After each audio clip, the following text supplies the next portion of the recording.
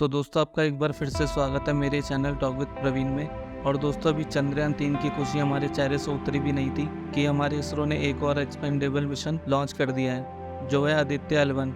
Aditya L1 ISRO के द्वारा सन की स्टडी करने के लिए लॉन्च किया गया भारत का पहला मिशन है, जिसका काम रियल टाइम में सोलर एक्टिविटीज़ और स्पेस वेदर पर इसके प्रभाव की स्टडी करना है। और साथ साथ इसका काम सूर्य की फोटोस्फेयर, क्रोमोस्फेयर और बाकी बाहरी परतों की स्टडी करना है। जिसे अगर हम थोड़ी डिटेल में देखें तो आदित्य L1 सूर्य के क्रोमोस्फेयर और कोरोना की गतिशीलता की ऑब्जर्वेशन करेगा, क्रोमोस्फेरिक और कोरोनल हीटिंग की स्टडी करेगा, आयोनाइज प्लाज्मा की फिजिक्स की स्टडी करेगा, कोरोनल मास इंजेक्शन यानी CME और उनकी उत्पत्ति की स्टडी करेगा, कोरोनल चुंबकीय क्षेत्र की स्टडी करेगा और गर्मी हस्तांतरण तंत्र और फ्लेयर एक्सचेंज की स्टडी करेगा। दोस्तों आदित्य L1 सिर्फ इतना ही काम नहीं करेगा, बल्कि अपने अराउंड फिजिकल पार्टिकल इन्वायरमेंट की ऑब्जर्वेशन भी करेगा और कोरोना लेयर के नीचे की कई परतों में प्रक्रियाओं के अनुक्रम का निर्धारण करेगा, जो सोलर इरप्शंस यानी सोलर विस्फोट का कारण बनती है। और साथ ही सोलर वाइंड की ओरिजिन, कंपोजिशन और डायनेमिक्स यानी गतिशीलता की स्टडी भी करेगा। और दोस्तों आदित्य L1 का बजट 400 करोड़ है और इस बजट से आप अंदाज़ा लगा सकते हो कि इसरो अपने हर मिशन को कितने कम बजट में परफॉर्म करता है और पूरे वर्ल्ड को शॉक कर देता है। क्योंकि आजकल इस बजट में हॉलीवुड तो छोड़िए, बॉलीवुड की मूवियाँ बनती हैं, वो भी ऐसी मूवियाँ जो कोई देखना पसंद नहीं करता। और इस बजट में इसरो चांद और सूरज तक पहुँचने की तैयारी कर रहा है। तो दोस्तों अब हम बात करते हैं इसके लॉन्च की।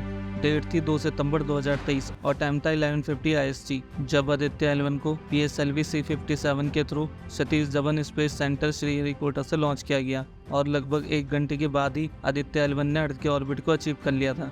और उसके बाद इसे भी चंद्रयान 3 की तरह 4 अर्थबाउंड मैन्यूवर परफॉर्म करने थे, जैसे मैंने चंद्रयान 3 के लिए बताया था। तो मैन्यूवर परफॉर्म करने के बाद ये एक इंजेक्शन परफॉर्म करेगा और अर्थ के ऑर्बिट से L1 लैग्रेंज पॉइंट के लिए निकल जाएगा, जिसके लिए इसने अपना पहला और दूसरा मैन्यूवर 3 और 5 सितंबर को सक्सेसफुली परफॉर्म कर दिया है। और दोस्तों इसका तीसरा मैन्यूवर 10 सितंबर को हो गया है। और अब लॉन्च के बाद आदित्य L1 मिशन को L1 पॉइंट के चारों ओर हेलो ऑर्बिट तक पहुंचने और सेट होने में लगभग 109 से 127 अर्थ डेज लगेंगे और इसकी दूरी पृथ्वी से लगभग 15 लाख किलोमीटर है। तो दोस्तों इससे पहले हम आगे बढ़े, मैं आपको ये बता दूं कि लैग्रेंज पॉइंट होता क्या है। मान लीजिए हम सूर्य के केंद्र से एक लाइन शुरू करते हैं और पृथ्वी के केंद्र तक एक सीधी सरल रेखा खींच देते हैं और इस लाइन के ठीक बीच में किसी वस्तु को रख देते हैं। तो दोस्तों होगा ये सूर्य की हाई ग्रेविटेशनल फोर्स, जो कि पृथ्वी के ग्रेविटेशनल फोर्स से कहीं अधिक है, उस वस्तु को अपनी ओर खींचने लगेगी।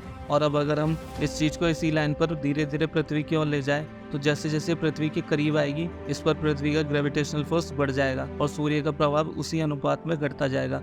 और एक टाइम ऐसा आएगा जब इस वस्तु पर सूर्य और पृथ्वी दोनों का प्रभाव बराबर हो जाएगा। मतलब इस जगह में इस वस्तु को ना तो सूर्य अपनी ओर खींच पाएगा और ना ही पृथ्वी, बल्कि यह वस्तु उधर ही लटकी रहेगी। और इसी बैलेंस पॉइंट पर जब सूर्य और पृथ्वी के ग्रेविटेशनल फोर्स एक जैसे होते हैं, इसी को हम लैग्रेंज पॉइंट कहते हैं। और दोस्तों यहाँ पर सिर्फ एक लैग्रेंज पॉइंट नहीं होता, बल्कि 5 लैग्रेंज पॉइंट होते हैं, जो कुछ इस टाइप के होते हैं। L1, L2, L3, L4 और L5 होते हैं। और आपको अगर इतनी डिटेल में जानना है तो आप मुझे कमेंट करो और मैं इसका एक शॉर्ट्स आपके लिए बनाकर ले आऊँगा।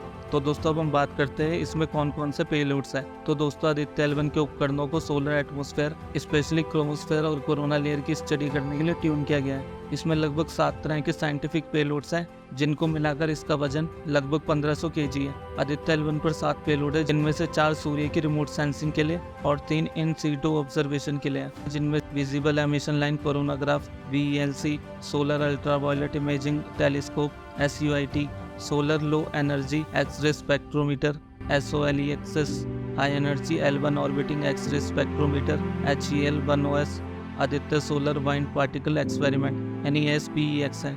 उसके बाद है plasma analyser package for Aditya PAPA और advance triaxial high resolution digital magnetometers. तो दोस्तों आज के लिए बस इतना ही। अगर ये मिशन भी चंद्रयान 3 की तरह सफल हो जाता है तो ये हमारे देश भारत के लिए अगेन बहुत गर्व की बात होगी। और अगर आपको ये वीडियो पसंद आई हो तो वीडियो को लाइक और शेयर करना और चैनल को सब्सक्राइब करना, ताकि रिसर्च करने और वीडियो बनाने में और भी मजा आए और मैं आपके लिए ऐसी वीडियो लाता रहूँ। Thank you.